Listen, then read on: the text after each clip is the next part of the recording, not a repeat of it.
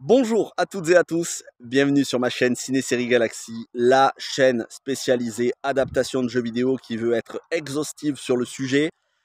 Je fais très rapidement ce petit message face caméra, ensuite je vais vous laisser avec la critique en voix off comme chaque semaine. Je voulais remercier toutes les personnes qui ont regardé les vidéos, vous avez été des centaines à regarder chacune de mes critiques épisode par épisode. Vous avez pu le voir, je suis nuancé, tout n'est pas blanc ou noir, tout n'est pas à jeter, tout n'est pas à garder non plus. Il y a de bonnes choses, des mauvaises choses. Mais globalement, cette saison 2, je l'ai quand même beaucoup appréciée. Peut-être pas autant que la saison 1, mais je l'ai quand même beaucoup appréciée. Le but de ma chaîne, c'est de vulgariser, c'est-à-dire de simplifier pour les non-gamers, puisqu'une adaptation de jeu vidéo n'est pas un copier-coller, comme son nom l'indique, je ne le répéterai jamais assez, ça n'a aucun intérêt de faire un copier-coller, autant jouer au jeu. Une adaptation de jeu vidéo, ça s'adresse à tout le monde, aux non-gamers, tout comme aux gamers. Il y a des fanboys puristes qui connaissent tout dans les moindres détails, c'est bien, tant mieux pour vous. Ça ne doit pas vous dispenser de rester poli dans les commentaires. Ce serait dommage que je doive faire, comme j'ai fait ces dernières semaines, de la modération pour enlever les rageux. Donc je vous demanderai, même si vous connaissez bien le jeu, même si vous y voyez des différences qui vous gênent, de rester poli dans les commentaires, d'argumenter vos réponses et d'accepter le fait qu'une adaptation de jeu vidéo ne s'adresse pas uniquement à vous, les gamers, les connaisseurs, mais à un large public. Et ma chaîne, adaptation de jeux vidéo, de toute façon, vous allez en voir de plus en plus sur la chaîne, s'adresse aussi en priorité aux gens qui ne connaissent pas ces jeux. Moi, le but au final, c'est de faire découvrir des jeux et que les gens qui ont aimé ces films ou séries adaptées s'intéressent aux jeux et pourquoi pas y jouent. C'est le but de ma chaîne. Merci de regarder ces vidéos semaine après semaine. Au mois d'avril, on se retrouvera avec Fallout, la saison complète qui sortira le 11 avril sur Amazon Prime. Et en fin d'année, enfin en fin de mois d'avril, Knuckles, la série live action dérivée de Sonic 2, qui fera suite à Sonic 2, avant l'arrivée en fin d'année de Sonic 3 au cinéma. Et il y aura beaucoup d'autres adaptations de jeux vidéo au cinéma et en série, en plus des anciennes adaptations de jeux vidéo. Je suis en train de vous préparer un maximum de numéros. Donc, si vous avez apprécié semaine après semaine, abonnez-vous à la chaîne, commentez, regardez, on échange dans la politesse, le respect. Ce serait dommage que je doive bannir des personnes par manque de politesse dans les commentaires. En tout cas, merci à vous pour l'audience que vous avez donnée, la visibilité que vous avez donnée à ces vidéos. Et maintenant, je vous laisse avec la critique de l'épisode 8, qui est une critique à la fois de l'épisode avec un bilan sur cette saison 2, un bilan final. C'est parti. Alors, la chose la plus importante de cet épisode, c'est que enfin, et je pense que les fans des jeux seront contents, sinon je vois pas trop comment ils pourraient ne pas être contents, mais bon, enfin, on introduit le Flood ou le Parasite, comme il nous est dit dans la série. Le Parasite, qui est un organisme qui est là depuis très très longtemps, et quand je dis très longtemps, c'est bien plus que les humains, bien plus même que les Forerunners. Les Forerunners qui sont à l'origine de la technologie appelée le Halo, mais on y reviendra. Le parasite donc qui était contenu dans ce petit artefact qu'a récupéré Miranda Case dans l'épisode précédent, et qu'une scientifique un peu trop curieuse va libérer en essayant de l'observer, en le touchant, va le libérer, elle va être contaminée, elle va développer en elle le parasite, et elle va faire n'importe quoi, elle va tuer des gens autour d'elle, elle va plus avoir la maîtrise de son corps, et va se développer en elle le parasite, elle va vouloir infecter tout le monde. C'est la séquence d'introduction, on nous montre comment le parasite agit sur les gens. Cette séquence est extrêmement importante et à la fois extrêmement réussie parce que on sent quelque chose d'assez flippant. On sent que les gens n'ont plus la maîtrise de leurs propres pensées, de leurs propres mouvements, de leur corps tout simplement. C'est bien mis en scène et surtout c'est assez imprévisible. On voit petit à petit le personnage se dégrader, on voit le personnage commencer à transpirer, on voit le personnage commencer à avoir les veines qui deviennent bleues, et puis le visage qui se déforme et devenir totalement imprévisible dans ses actes et extrêmement dangereuse au point de poignarder des gens autour d'elle. Donc voilà, on sent la dangerosité et surtout la rapidité de la dangerosité du parasite, et ça c'est très très bien retranscrit Là, ils ont fait un bon boulot là-dessus. L'introduction du parasite dans la série, dans cette saison 2, c'est vraiment très bon. Et ensuite, on va avoir les différents arcs scénaristiques. Alors, c'est éclaté en 4 ou 5 arcs scénaristiques. Je vais commencer par Kai et Perez, qu'on avait suivi en fin d'épisode précédent. Elles allaient au combat pour affronter sur ordre de l'UNSC et de Parangoski, affronter les Covenants et toute leur flotte dans une attaque finale, on peut dire kamikaze. Elles savent qu'elles ont toutes les chances d'y rester, mais elles y vont quand même. Perez va survivre. Kai, c'est pas sûr, puisque Kai, elle se sacrifie avec le vaisseau et elle décide d'aller se cracher sur le vaisseau amiral, le vaisseau principal des Covenants pour freiner leur flotte et laisser le temps à John d'atteindre le halo. Ensuite, en fin d'épisode, on voit Kai dans les débris des vaisseaux explosés, on la voit dériver dans l'espace.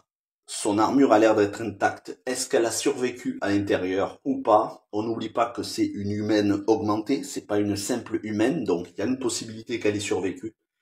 Mais si elle n'a pas survécu, l'actrice Kate Kennedy a très bien joué dans les 2 saisons. Elle a été attachante, peut-être plus en saison 2, en saison 1 qu'en saison 2. Le personnage a eu voilà quelques moments où, notamment quand elle se battait contre John 2 épisodes en arrière, c'était pas terrible et c'était pas utile. Mais là, dans cet épisode, on sent l'honneur du personnage, sa bravoure, bravoure et honneur qu'on retrouve aussi chez Perez, qui est pour moi un des plus gros points positifs de cette saison 2. Notamment joué par Christina Rodlo, qui est à la fois magnifique et qui fait preuve de sensibilité, mais aussi de ce côté badass qu'on avait besoin. Et franchement, Perez, très bel ajout. Je ne serais pas étonné si Perez devenait la leader des nouveaux Spartans. Elle a survécu, elle inspire, Kai a reconnu son courage, elle inspire ses camarades, ses frères d'armes, ses sœurs d'armes. Donc, il y a quelque chose à faire avec Perez dans les prochaines saisons. Si Kai est morte et si Kai est toujours vivante, elle reviendra, c'est une certitude. Si Kai est vivante, elle va continuer son rôle de leader des Spartans. Mais voilà, les deux ont eu un bel arc scénaristique et surtout dans cet épisode, les deux ont combattu côte à côte. C'était vraiment intéressant. Ensuite, on a Halsey et l'UNSC et en parallèle, Soren, Lyra, Kessler et Quan. Alors, je vais commencer par Halsey et l'UNSC. Halsey, qui après avoir quitté sa fille, qui est dans le laboratoire scientifique, a rejoint le poste de commande de l'UNLC aux côtés de Parangoski. Parangoski qui donne des ordres à John, John qui ne suit pas ses ordres, et Halsey qui va encourager John à suivre son instinct, à suivre son destin, et à suivre sa conscience, et John va revenir sur ses pas pour sauver Kai et Perez. Ça c'est avant que Kai finisse par se sacrifier, et il va les sauver pour ensuite atteindre le halo où Maki et l'arbitre se rendent.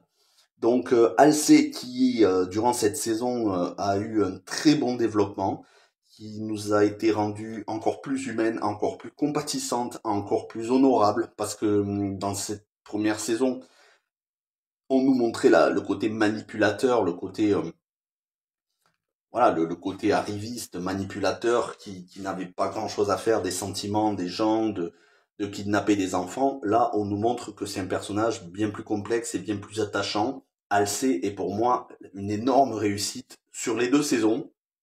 Elle est magnifiquement bien jouée par Natasha McKellon, mais elle est surtout très bien développée. Et Halsey, qui va être malheureusement infectée par le parasite, après avoir vu tout le poste de commande, y compris Parangoski, se faire décimer par le parasite, les soldats infectés les uns après les autres se sautaient dessus, et ensuite tous sauter sur Parangoski. Elle va échapper de peu à un soldat d'ailleurs qui essaye de l'infecter avec un parasite sortant de la bouche. Elle va s'en sortir, mais malheureusement, quand elle va arriver auprès de sa fille Miranda dans le laboratoire, elle va s'immobiliser et sa fille va voir le cou, la nuque de sa mère. Elle va voir qu'elle a un stigmate, qu'elle a été infectée. Et pour la sauver, Miranda va cryogéniser Catherine Halsey qu'on devrait retrouver en toute logique dans la saison 3. De toute façon, elle a tellement de choses à faire au niveau du scénario, elle sait que c'est loin d'être terminé avec ce personnage, même si encore une fois, voilà, on voit, hein, ça commence à vraiment, ça diffère, hein. Ça diffère des jeux, mais c'est une bonne chose. Malgré tout, voilà, on retrouve de la fidélité avec le parasite. Et donc, en parallèle à tout ça, on a Soren qui va avec Quan chercher sa femme et son fils, donc Lyra et Kessler. Lyra et Kessler qui sont dans une cellule juste à côté de celle où a été enfermée la scientifique infectée par le parasite, mais les gens ne se sont pas aperçus qu'elle avait été infectée par le parasite. Au lieu de la mettre en confinement dans un environnement stérile, ils l'ont mis dans une simple cellule de prison avec des gardes tout autour. Cellule de prison où en face il y a Ackerson. Ackerson de l'épisode précédent qui s'était fait arrêter par Parangoski pour avoir voulu dire la vérité, pour se repentir, voilà, parce qu'il regrettait son comportement qu'il avait eu sur Reach et le fait d'abandonner la station, la planète. Et Ackerson qui va continuer sa rédemption en sauvant Lyra et Kessler de cette scientifique qui commence à muter en monstre, en parasite. Et Ackerson va les sauver. Soren et Quan vont arriver au bon moment. Ils vont repartir tous ensemble, sachant que sur le chemin, et là ça fait partie des autres gros points positifs de l'épisode, on a une ambiance Resident Evil qui est exceptionnelle, puisque on a tout le personnel scientifique qui sont en état de stase, dont on sent qu'à l'intérieur, ils ont le parasite qui est en train de faire son œuvre, de les changer, de les muter, de les absorber de l'intérieur.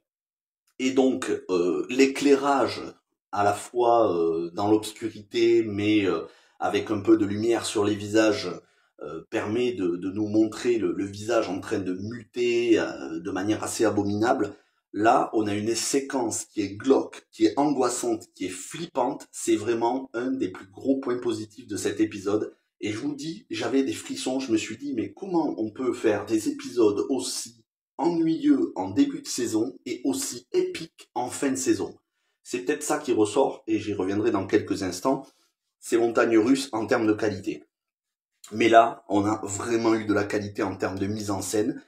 Quand j'ai vu ça, je me suis dit, on peut avoir une adaptation de Half-Life. Que ce soit au niveau des crabes de tête dans Half-Life, ou de toute cette ambiance glauque, de parasites, voilà, de ambiance Resident Evil, ou tout ce genre de jeux d'horreur avec des zombies, ou avec des gens qui mutent scientifiquement. On peut avoir une adaptation de Half-Life, qui est un autre gros morceau des jeux de SF. Donc, très très content du traitement qu'il y a du parasite dans l'arc Soren, Lyra, Kessler et Quan. Quan qui va prendre un petit peu de retard avec Ackerson. Quan va prendre du retard au moment de fuir. Elle va être entourée par tous des gens infectés par le parasite. Et là va lui apparaître en vision cette vieille femme qu'on voit depuis le début, depuis les premiers épisodes sur Sanctuary, qui semble avoir un lien que seul Quan peut voir, et elle va lui apparaître, mais dans son esprit, en lui disant « Je suis une de tes ancêtres, on a un lien spécial, je peux retarder les gens qui sont infectés par le parasite, mais je ne peux pas le faire trop longtemps. » Et on va voir Quan traverser ces gens, ces scientifiques et soldats infectés qui l'entourent, s'échapper, mais clairement Quan a un rôle important, et elle va avoir un rôle important dans comment combattre le parasite, puisque elle ressent le parasite, elle le ressent à proximité. Elle le dit plusieurs fois depuis le début de la saison, je sens un monstre grandir dans les ténèbres, et ce monstre c'est le parasite, bien évidemment. Donc, tout ce beau monde qui est sur le point de s'en sortir, sauf que malheureusement, Lyra a été infectée, et elle va se sacrifier, refermer la porte derrière elle, et se séparer du reste du groupe, devant les yeux impuissants de son mari Soren, et elle va lui montrer, d'ailleurs, au niveau du poignet, qu'elle a été infectée. Et donc Soren, qui impuissant, va devoir quitter et s'occuper seul de son fils. On le voit en fin d'épisode dans le vaisseau. Ackerson et Soren donc semblent faire équipe maintenant, tout comme Quan. On va avoir ce groupe qui est très attachant, c'est un gros point fort de l'épisode. Et enfin, donc, on en arrive à Jon. Jon qui, après avoir sauvé dans un premier temps, en début d'épisode, Kai et Perez, s'est rendu sur le Halo. Un petit mot sur le Halo, cette structure circulaire qui a été créée par les Forerunners. Les Forerunners qui étaient là avant les humains. Je vous simplifie, hein. Bien évidemment c'est plus complexe que ça dans les jeux. Cette civilisation préhumaine dont on a appris voilà, qu'il y avait des scientifiques parmi eux, hein, notamment dans l'épisode précédent, dans la découverte que font Miranda et Halsey dans cet endroit de l'épisode précédent, les Forerunners qui sont à l'origine des Halos, ce sont eux qui ont créé ces Halos. Pourquoi ils les ont créés? Parce que eux-mêmes, les Forerunners, étaient menacés par le parasite. Et le parasite, la seule manière de le vaincre, c'est de détruire toute vie. Parce que le parasite peut infecter toute vie. Que ce soit les Forerunners, plus tard les humains, mais aussi le Covenant. Le parasite, lui, veut dominer tout l'univers, se nourrir de toute forme de vie et dominer l'univers jusqu'à ce qu'il ne reste plus que lui. Et la seule manière de le tuer, c'est de tuer tout l'univers, toutes les formes de vie, sauf celles qui sont dans le halo. Donc le halo, c'est à la fois un endroit pour être protégé et aussi une arme pour détruire tout le reste de l'univers et détruire donc le parasite. Et les Forerunners, ils ont laissé des intelligences artificielles pour gérer les différents halos, parce qu'il y en a plusieurs. Et cette intelligence artificielle qu'ils ont laissée sur ce halo, c'est celle qui interroge en début et en fin d'épisode Jon. Dans le jeu, cette intelligence artificielle s'appelle 343 Guilty Spark. Et ici, son nom n'est pas mentionné, mais on peut penser que c'est pareil. En revanche, l'arbiteur, lui, l'arbiteur qui accompagne Maki, est différent du jeu. Et Maki et l'arbiteur arrivent sur le Halo. On le sait, Maki veut la paix dans l'univers, mais pour elle, il ne doit plus y avoir ni d'humains, ni de Covenant, ni de parasites, forcément. Mais le problème, c'est que voilà, Jon n'est pas d'accord avec ça. Donc, il va y avoir un combat entre Jon et l'arbiteur. Et c'est là où ça va différer des jeux, puisque dans les jeux, Jon et l'arbiteur finissent par devenir alliés pour contrer le parasite, qui est une menace pour tout le monde. Et ils deviennent même frères d'armes, ils deviennent même, quelque part on peut dire amis, mais en tout cas alliés. Sauf qu'ici, c'est pas la même chose. L'arbiteur dans le jeu porte un nom que j'ai oublié, et ici l'arbiteur c'est Vargatanai. On a appris son nom en début de saison. C'est pas les mêmes, c'est la même fonction, le même personnage, mais c'est pas la même identité. Et après s'être battus ensemble, Jon va l'emporter sur l'arbiteur, et l'arbiteur, dans une logique un petit peu de samouraï qui a été vaincu, ne supporte pas la défaite. Pour lui c'est un déshonneur et il veut qu'on l'achève, donc il va demander à Jon de l'achever.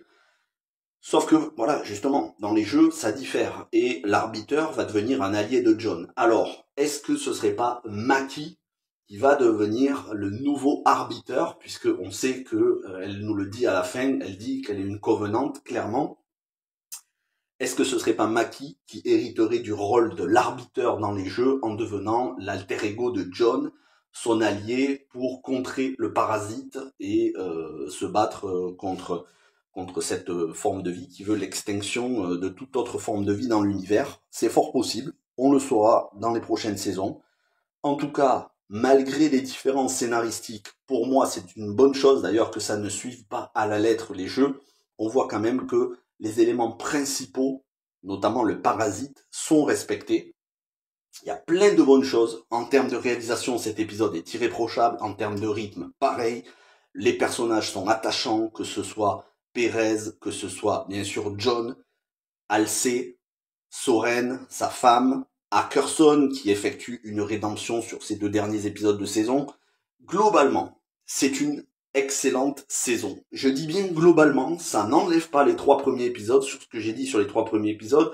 Alors bien évidemment, voilà, toujours ce wokisme qu'on a eu dans l'épisode 3 qui était absolument pas nécessaire, dont on sent que ça venait comme un cheveu sur la soupe, qui était juste là pour augmenter leur score de wokisme, d'inclusivité si cher à Hollywood. Mais une fois qu'on a passé ça, et c'était quand même beaucoup moins présent que dans par exemple la série The Last of Us, une fois qu'on a passé ça, à partir de l'épisode 4, on a eu que de la qualité. Et donc, ça n'a fait que augmenter en termes d'action, en termes de révélation, jusqu'à cet épisode 8 qui est vraiment un régal, tant pour les non-gamers que pour les gamers qui vont y retrouver plein d'éléments, parce que moi, j'ai pas fait tous les jeux Halo, donc j'imagine que les gamers vont voir plein de petites choses par-ci par-là. Vraiment, c'était un délice à suivre. J'ai vu l'épisode 2 fois. Très très content, très rassuré aussi.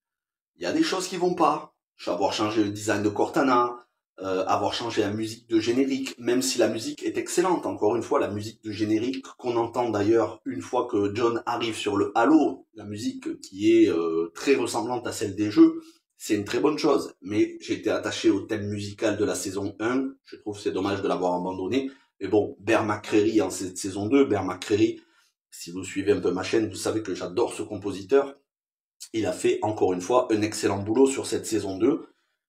Mais voilà, c'est dommage de changer comme ça, les musiques, le générique, le design de certains personnages. Ça manque un peu de cohérence, mais malgré tout, ça reste des détails et globalement, c'est super bien joué.